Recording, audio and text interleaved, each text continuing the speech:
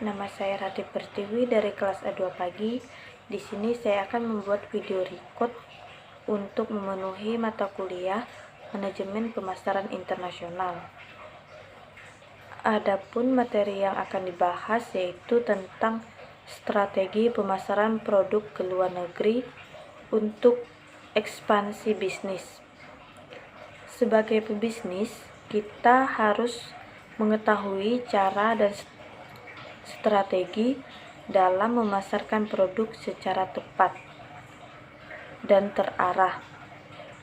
Salah satu yang dapat kita lakukan untuk mengembangkan bisnis yang pertama yaitu melakukan pemasaran produk ke luar negeri. Melakukan pemasaran produk ke luar negeri ini dapat dilakukan dengan mudah melalui media digital seperti marketplace. Saat ini, akses untuk berkomunikasi serta penyebaran informasi dari seluruh dunia dapat dilakukan lewat internet, termasuk untuk memperkenalkan bisnis ke luar negeri. Adapun tips pemasaran produk ke luar negeri, yang pertama, sebelum berencana untuk memasarkan produk ke luar negeri, pastikan produk yang akan dikirim adalah produk yang benar-benar berkualitas.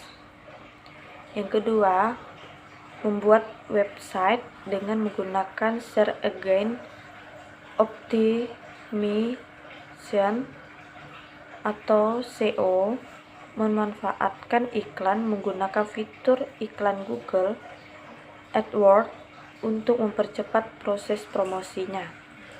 Yang ketiga, menggunakan Facebook Ads yang memudahkan pebisnis dalam membidik target secara detail.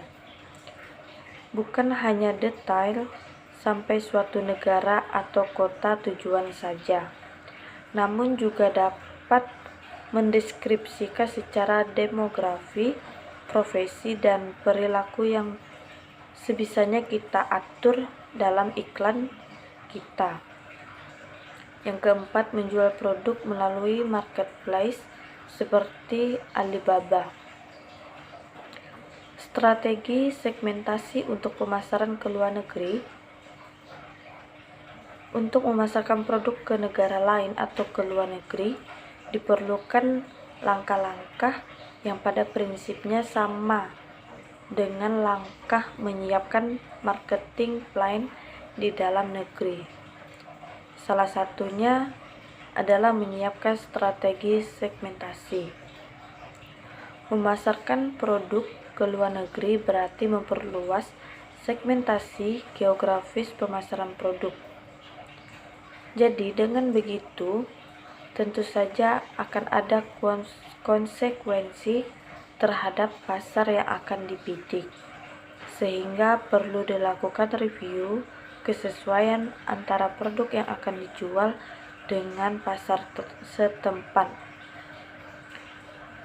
Dari sisi segmentasi demografi, psikografi, dan perilaku konsumen, langkah ini penting untuk memastikan strategi apa yang akan diambil untuk mendapatkan pasar di luar negeri.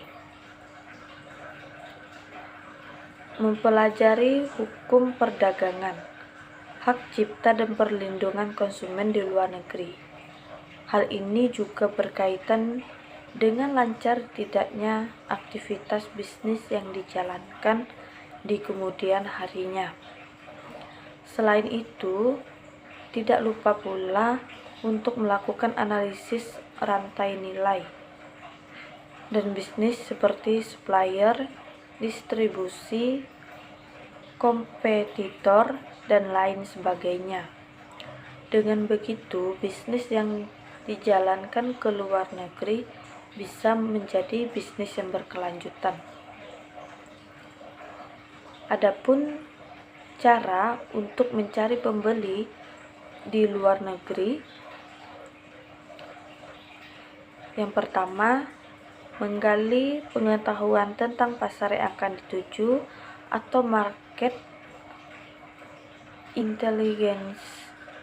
Salah satu cara yang dapat dilakukan adalah dengan melakukan survei pasar atau lokasi untuk mendapatkan data mengenai kondisi pasar,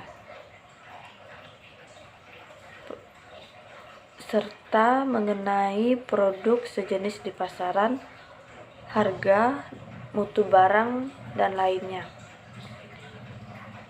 Yang kedua, memperhatikan kualitas produk dan memastikan bahwa produk telah memenuhi standarisasi internasional sebelum melakukan ekspor. Standarisasi internasional dapat menjadi cara untuk menyesuaikan produk yang akan dijual dengan kondisi yang hendak dituju. Yang ketiga, mencari tahu database dari Badan Pengembangan Ekspor Nasional atau BPEN yang merupakan lembaga pengelola ekspor yang bertugas untuk melakukan koordinasi dan pembinaan tentang pengembangan ekspor. Yang keempat, mencari tahu database dari kedutaan besar negara asing di Indonesia yang biasanya memiliki perwakilan asing yang dapat membantu para pebisnis dalam menemukan dengan tepat siapa saja yang harus dihubungi untuk melakukan kegiatan ekspor produk ini.